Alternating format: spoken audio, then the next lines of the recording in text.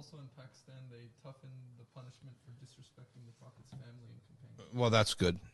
That's good. You know who was behind that? A great man of Allah subhanahu wa ta'ala. His name is Khadim Hussain al-Shaykh al-Jalil rahimahullah. He passed away, of course. Khadim Hussain, right? Khadim Hussain al-Radawi, or al-Rizvi in Urdu. But it's in Arabic as al-Radawi, right? Was he from Ahmad Rida Khan's lineage? Is that why it's called al-Radawi? My theory is as follows. He came out, right, against this blasphemy that happened to the Prophet ﷺ. Imran Khan went against him, right?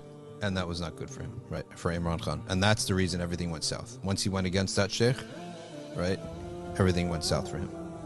And now the law's in. That's my analysis of it. Because things don't just turn on somebody for no reason. And it's not just the powers of the world shutting you down. There's always something behind that, especially with Muslims. Why does someone just suddenly go down? Oftentimes there's a sabab lil sakhat and sabab lil maqt. There's a reason that things are going south for a person or things go north for a person. And we have to study these so we can protect ourselves.